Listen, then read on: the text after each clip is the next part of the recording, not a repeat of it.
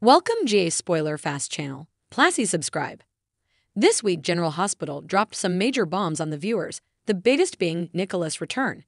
However, Sonny's arrest was a close second. Plus, dare we hope Sasha's nightmare is about to end. The Dark Prince returns. We'd have known for months that Nikolas was alive and Mason had him, and just last week we learned it was Austin who saved his life and has known he's been alive all along as well. So it was an easy assumption that he'd have to pop up sooner or later. Still, it was a great surprise, one that Galia ASNT spoiled ahead of time, when Nikolas was revealed alive and well at the end of Thursday's show. Immediately, viewers began to wonder if Nikolas had amnesia, but that would make a third character with memory problems, and that's 3 too many. Based on the preview for next week at the end of Friday's show, it does seem that Nikolas has all his faculties in place. Still, what is Nikolas' game? Given he left on bad terms with Ava and Spencer, it's likely he's plotting his revenge and maybe even to get his son back from Esme. However, by staying hidden, he's only proving Spencer's anger toward him is justified by letting his family believe the worst about him for a second time in recent years. And again, how much is Cyrus involved in this as the boss? Is this just Mason and Austin's doing?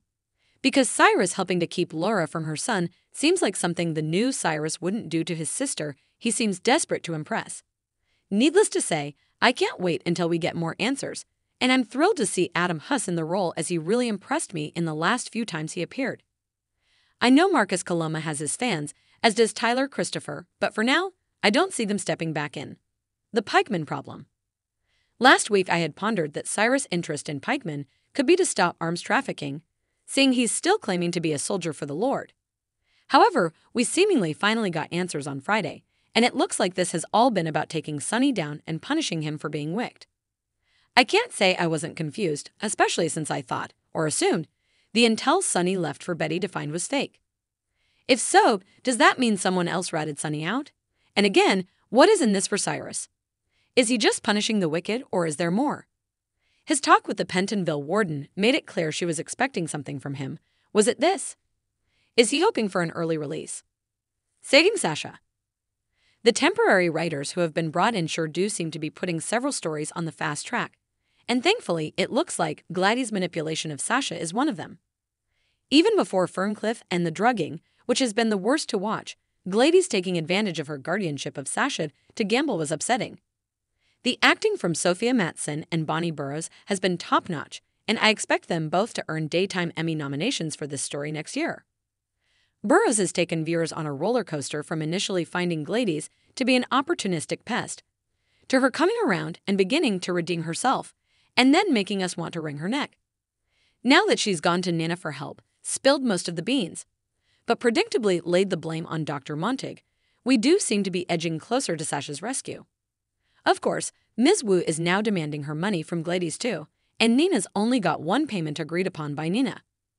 Who thinks Gladys is going to do something stupid? Raise your hands. The fact that he wasn't on a ventilator, as we last saw him, and was casually drinking a beer and said, "Oh hey doc," when Austin walked in to check on him was a classic soap opera return from the dead moment.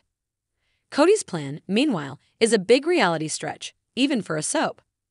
Within a day, Sam had Cody's power of attorney, and it only took one meeting with a psychiatrist to have him committed to Ferncliff. Why wasn't he sent to Spring Ridge or somewhere else instead of Ferncliff, which is for the criminally insane? And what's with Sasha's door not being locked? Do they assume since she's cuffed to the bed they don't need to lock it? More, Donald Turner and Taviana Alley's backstage secret. Hurricane Tracy.